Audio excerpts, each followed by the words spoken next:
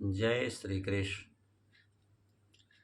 आज का विषय है कि किस तिथि में किसी भी प्रकार का शुभ कर्म करना निषेध माना गया है, त्याज्य माना गया है। तो वह तिथि है अमावस्या। अमावस्या के दिन किसी भी प्रकार का मांगलिक कार्यक्रम नहीं करना चाहिए, अन्यथा अमंगल होता है, हानि होती है। तो सबसे पहले हम यह जानें कि अमावस्या का अर्थ क्या है। तो अ का अर्थ है अंत और माँ का अर्थ है मास, अर्थात अंत मास, यानी मास का अंतिम दिन, महीना का अंतिम दिन। दूसरे शब्दों में अमावस्या तिथि मास का अंतिम दिन होता है। इसीलिए पंचांगों में कृष्ण पक्ष द्वादशी के बाद मासांत दोष लिखा रहता है। इस अमावस्या को हम अमावस भी कहते हैं, अमा भी कहते हैं, कुहू भी कहते हैं और सीनी वाली भी कहते हैं। ज्योतिष शास्त्र का आदेश है कि किसी भी प्रकार का मांगलिक कार्य, किसी भी प्रकार का शुभ कार्य या नया कार्य शुक्ल पक्ष की प्रतिपदा तिथि से लेकर कृष्ण पक्ष के द्वादशी तिथि तक ही करें, क्योंकि कृष्ण पक्ष द्वादशी तिथि के बाद 3 दिन तक मासांत दोष हो जाता है।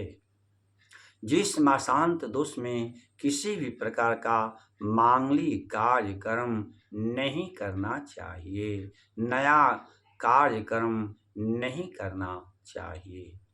इस मासांत दोष में एक दिन यानी अमावस्या तो बिल्कुल निषेध है, सख्त निषेध है। शास्त्र कहता है कि मांगलिक कार्यक्रमों में, मांगलिक के कार्यों में, शुभ कार्यों में अमावस्या को बिल्कुल त्याग कर देना चाहिए। अमावस्या तथा रिक्ता वार वेलाच जन्मभम गंडांतम पापवाराश्च वर्जनीयाः प्रयत्नतः, यत्न पूर्वक त्याग कर दें। इस अमावस्या में गर्भाधान संस्कार, जातकर्म संस्कार, नामकरण संस्कार, अन्नप्राशन संस्कार, चौल संस्कार, यज्ञोपवीत संस्कार या किसी भी प्रकार का विवाहादि संस्कार कर्म नहीं करना चाहिए। यहाँ तक कि अमावस्या के दिन यज्ञ प्रारंभ नहीं करना चाहिए, यज्ञ शुरू नहीं करना चाहिए। अमावस्या के दिन देवताओं की प्राण प्रतिष्ठा कर्म नहीं करना चाहिए, शिलान्यास नहीं करना चाहिए, गृह प्रवेश नहीं करना चाहिए, वाणिज्य उद्योग धंधा का शुरुआत नहीं करना चाहिए, नहीं कोई नया काम ही करना चाहिए।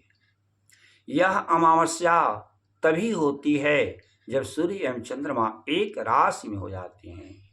शास्त्र कहता है कि जब सूर्य एवं चंद्रमा एक राशि में हो जाएं तो उस दिन अर्थात अमावस्या के दिन पितरों को श्राद्ध कर्म अर्पण करने से, अर्थात पितरों की श्राद्ध करने से